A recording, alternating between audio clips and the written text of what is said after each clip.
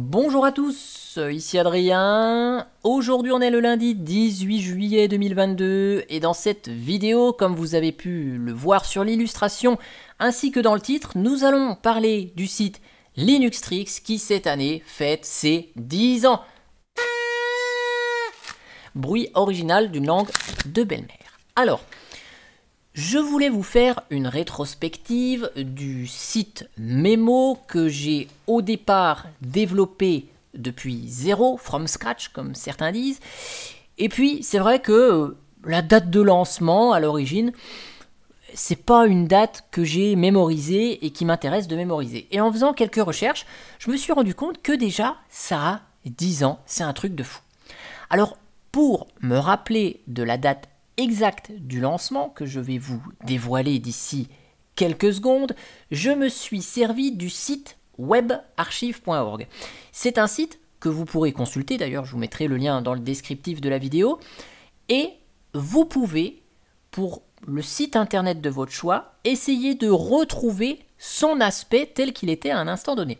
Je vous montre l'exemple ici avec le site de Gentoo, la page d'accueil. Voici à quoi elle ressemblait le 15 août 2000. Alors, il y a des captures qui sont faites assez régulièrement sur archive.org, mais bon, plus vous remontez dans le temps, plus il y a de risques de perdre de la mise en forme ou de ne pas avoir toutes les images. Vous voyez ici, il en manque une sur l'accueil du site Gentoo. Et à la base, Linuxtrix ne s'appelait pas Linuxtrix, mais ça s'appelait Mageia-Trix. Alors pourquoi? C'est très simple. Le but à la base du site que je voulais créer et développer, c'était justement d'apprendre à développer un site et que ça me serve de mémo pour stocker en ligne tout ce que j'ai appris, les petites astuces sur Linux et tout ce qui gravite autour, serveur, mais petits trucs pratiques. Et en 2012, j'étais avec le système Mageia, la suite de Mandriva. Donc j'ai appelé naturellement mon site Mageia quelque chose, ici Mageia-Trix. Il était d'ailleurs hébergé chez Toile Libre. Toile Libre existe encore aujourd'hui. Alors Mageia-Trix, le but c'était de garder dans un coin les petites astuces autour de Mageia que j'utilisais communément et des petits trucs utiles que je savais faire. Mais j'avais pas l'expérience que j'ai aujourd'hui dans le monde Linux. Donc c'est vrai que le site portait le nom de Mageia parce que pour moi, il fallait juste que je note mes petits trucs que je savais sur Mageia, plutôt d'avoir ça sur des fichiers TXT dans l'ordi. Et comme ça, peu importe où je suis sur Terre, je peux consulter, du moment que j'ai un accès à Internet, je peux consulter mes astuces. C'était ça le but à la base. Et vous voyez, il y avait un menu supérieur avec l'accès à l'accueil, un formulaire de contact et puis l'accès à la connexion du site. C'est d'ailleurs le formulaire de contact, c'est un truc que j'avais fait en programmation à l'école et puis j'avais repris ce formulaire de contact et puis j'ai commencé à développer le site avec sa petite base de données là derrière. Et on avait un menu avec plusieurs catégories, console, service, système, etc. Dans chacune de ces catégories, vous voyez les articles, puisqu'on a perdu la mise en forme. Ici, c'est un menu déroulant. Et donc, ces catégories console, service, système, logiciel, eh ben, en 2022, elles sont toujours là sur le wiki. Regardez, console, c'est le même nom. Service, c'est le même nom. Alors système, ça s'est transformé en généralité Linux. Et puis ça a été éclaté sur les autres distributions là. Logiciel existe toujours. Bureau, c'est un peu modernisé et c'est appelé Linux graphique aujourd'hui. Mais vous voyez que les catégories historiques que j'ai créées sur mon site développé avec mes petites mimines sont toujours là. Et sur la page d'accueil, j'avais prévu une petite table dans ma base de données avec une possibilité d'écrire des articles et publier des nouvelles, des news, quoi. Et notamment, on retrouve ici la première news ouverture Mageia-Trix avec la date exacte de création, soit le 21 mai 2012, j'ai mis en ligne Magellatrix avec le petit laïus qui va bien, qui vous dit ce que je vous ai expliqué là, que ce site, cette sorte de blog me permettait de comprendre comment fonctionne le HTML, PHP, SQL, bah oui, parce que je le développais, et qui me sert de pense-bête pour les commandes Linux que j'ai découvertes au cours du temps. Et puis, finalement, le facteur le plus limitant sur ce site, je me suis rendu compte que j'avais besoin d'apporter énormément de contenu, et à force d'apporter du contenu dans le site, j'avais des problématiques de développement, il fallait que je crée les catégories, il y avait du travail à faire, et je me suis dit, oula, je veux apporter beaucoup de contenu, et développer, c'est un frein pour moi. Ça, c'est la première problématique que j'ai eue. Et la deuxième problématique, c'est que au fur et à mesure, et notamment en 2012, j'ai découvert Calculate Linux. Et je voulais commencer à mettre des astuces sur Calculate. Et là, mettre des astuces sur Calculate avec un site qui porte le nom Mageia, ça faisait un peu désordre. C'est là qu'est venu donc le nom Linuxtrix, qui est venu, en gros le Linux est venu remplacer le Mageia pour devenir un peu plus universel, et c'est là qu'arrive linuxtrix.asso-linux-online.fr, puisque c'était hébergé chez asso-linux-online.fr, association qui héberge tout ça sur une machine chez N-France à Toulouse, et c'est d'ailleurs le serveur mutualisé sur lequel il y avait aussi le site Mageia Linux Online sur lequel j'étais webmaster. Ce site Mageia Linux Online utilise PHP Boost, et donc pour choisir un kit pour développer mon site, j'ai repris PHP Boost. On voit à l'époque ici c'était PHP Boost 4.0, et donc avec le petit logo de l'assaut Linux Online, puisque le projet était soutenu par l'association et hébergé par elle. Et vous voyez sur la page d'accueil ici, franchement, regardez, je vous mets à gauche et à droite l'ancien et le nouveau site. Je reviens sur l'accueil. Ça n'a pas trop changé. On a le petit tableau qui est apparu ici, mais le pourquoi Linuxtrix avec la citation d'Aristote, elle existait en 2013, elle est toujours ici. Qui suis-je? C'est toujours là. Bon, entre-temps, il y a eu des ajouts sur la page d'accueil, évidemment. Mais voilà. Et regardez bien, si on va sur la section documentation, donc là, on a un petit quand même plus, c'est que là on peut naviguer un peu plus dans le site. Le site archive.org a récupéré un peu plus de contenu ici, probablement parce que la carte du site était beaucoup mieux faite, et donc il y a eu plus de choses récupérées. Regardez la tête du wiki à l'époque en 2013 et maintenant. On a exactement le même en tête ici, ça n'a pas changé d'un pouce, et les catégories sont plus ou moins toujours les mêmes. Vous voyez, le logo de la console c'est toujours le même, service c'est toujours ici. Bon, entre temps, on a retravaillé ça, je me suis intéressé à Gentoo, et donc la catégorie Calculate et Gentoo ont été fusionnés. On en a une spécifique ici. À l'époque, on avait juste CentOS. Bon, là, c'est Fedora, Red Hat et dérivés. D'ailleurs, le logo, c'est le même. Il a besoin d'un petit coup de jeune quand même. J'utilisais beaucoup Mageia. Donc, il y avait une section dédiée à Mageia qui a disparu il n'y a pas très longtemps.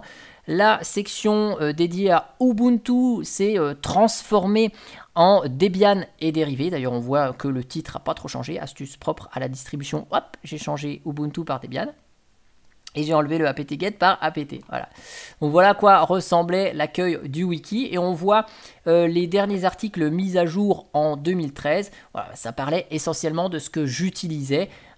J'avais mon PC portable avec la carte graphique Nvidia hybride. Donc il y avait les articles installés Bumblebee sur Calculate. Voilà, toujours dans l'optique de garder dans un coin ce que j'avais appris, ce que j'avais su, si j'avais besoin de réinstaller mon système, sauvegarder son site web et sa base de données. Ouais, probablement que j'ai travaillé il n'y a pas très longtemps, du 16 juillet 2013, sur le script de sauvegarde du site. Et tant qu'à faire, hop, on met comment c'est sauvegardé ici.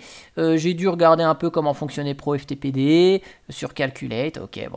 Donc là, on a tout ça et ça n'a pas spécialement bougé d'un pouce. Et d'ailleurs, dans les articles, là, à l'époque, vous voyez, l'article sur URPMI, qui était ici sur Magellatrix, il existe toujours. Il est rangé dans la catégorie autres distributions Linux, mais il est toujours là. Donc forcément, c'est plus joli que ce que c'était à l'époque, mais ces commandes, elles sont toujours là. Et vous voyez que c'est du copier-coller de ce que j'avais produit auparavant. et qu'à l'époque, bah, on était probablement avec VLC2 sur Mageia 2. Voilà. Donc on a vraiment des vieux trucs, mais qui aujourd'hui sont toujours d'actualité. La commande URPMQ fonctionne toujours sur Mageia, et si on va dans l'historique, on voit que l'article a été un petit peu modifié. Et puis depuis, je n'utilise plus Mageia, Mandriva et tout ce monde. Donc depuis 2015, il n'y a pas de mise à jour, mais ce qui est valable est valable. Et on voit que j'ai probablement migré sur PHP Boost à la fin 2012. Donc vous voyez, le site officiel Mageiatrix développé à la main n'est pas resté en vie très longtemps. Il fallait vraiment que j'apporte du contenu très vite. Là, j'étais en école d'ingénieur et j'avais besoin de mettre du contenu vite, tout ce que je savais faire. Et donc, développer son site était le facteur limitant. Voilà. Et vous voyez, l'article ici sur Screen, eh ben, il est toujours là. OK. Et puis, on avait personnalisé ici, alias BashRC, personnalisation. Tout ça, ça a été fusionné dans un article qui s'appelle maintenant personnaliser son shell, alias couleur BashRC, etc. Et puis, j'ai même rajouté en cours de route CSH, puisque j'ai été confronté à utiliser le C-Shell il y a quelques années. Donc, hop, j'ai mis tout ça dedans au passage. Alors, juste, même si sur la section du blog qui parle des actualités Linuxtrix, vous savez, chaque année, je vous fais le petit bilan qui va bien, voilà, avec ce qui s'est passé, les quelques chiffres, les visiteurs uniques, combien il y a eu de pages, etc. Ça, c'est assez intéressant. Mais là, j'ai voulu aller fouiller dans la base de données. J'ai exécuté 2 petites requêtes. La première, elle vous montre ici le top 10 des articles les plus consultés. Et en top position, on a Cron et Cron-Table, planificateur de tâches. Cet article a extrêmement bien marché et continue d'être consulté énormément. 553 000 vues, clics sur cet article. C'est un truc de fou. Alors, c'est un des plus vieux articles, effectivement, puisque même à l'époque de Mageiatrix, vous voyez, j'avais déjà fait des petits trucs sur le cron. Et donc, cet article, il est pas tout jeune. Et donc, ça a été probablement un des premiers qui a été mis sur Linuxtrix avec PHP Boost. Dans les articles les plus consultés, on a systemd, les commandes essentielles. On a SSH, installer, configurer un serveur SSH. Donc pareil, celui-là, il est très vieux comme article. Et au cours du temps, à chaque fois que j'apprends un nouveau truc, au début, il n'y avait pas les tunnels, comment faire les tunnels, tout ça. Bon, maintenant, ils y sont. Donc ces articles continuent d'être alimentés. Récemment, j'ai dû mettre à jour, voilà, pour ne plus générer une clé privée avec l'algorithme RSA, mais ECDSA. Bon, voilà. Il y a des évolutions qui arrivent au fur et à mesure. L'article sur les droits sous Linux, 176 000 vues. Sudo, alors celui-là, il ne les mérite pas, c'est 173 000 vues, parce que l'article, il est vraiment très moche, et c'est quelque chose que j'avais fait un peu à l'arrache, et sur lequel je suis jamais revenu. Ça, c'est un des articles qui est dans ceux vraiment à retravailler, et à compléter, et à améliorer. Personnaliser son shell, il est là, 169 000. Systemd, utiliser journalctl, les logs de systemd. Celui-là, il est assez récent quand même, mais il a déjà été visionné pas mal de fois, 155 000 fois au moins. Et puis, les mémos des commandes SQL, guide des commandes de base sous MySQL. C'est ici, ça a été consulté 150 000 fois. C'est quand même pas mal. Et puis, on a ici un article qui est assez récent aussi, la gestion du réseau avec la commande IP. Il faudra que je vous en fasse d'ailleurs une vidéo. 145 000 vues déjà, et on a au total 721 articles sur le site. Voilà où est-ce qu'on en est aujourd'hui sur linuxtrix.fr, et je peux dire linuxtrix.fr puisque depuis 2014, j'ai acquis le nom de domaine linuxtrix.fr. D'ailleurs, pour la petite anecdote, j'avais participé à un concours sur Twitter, sur la page de One and One qui s'appelle Yonos maintenant. Et j'avais gagné un serveur VPS pour 1 an avec le nom de domaine inclus dedans. Et donc, voilà. Pendant 1 an, j'ai rien payé pour linuxtrix.fr, que ce soit le serveur ou le nom de domaine. Et au bout d'1 an, je me suis dit, qu'est-ce qu'on fait? Et puis, j'ai décidé de garder le nom de domaine, le serveur VPS. Et depuis 2014, linuxtrix.fr existe avec ce nom-là. En tout cas, j'espère que cette vidéo rétrospective sur Linuxtrix vous aura plu. Et moi, je vous dis à bientôt pour une prochaine vidéo. Allez, ciao, ciao, bye bye.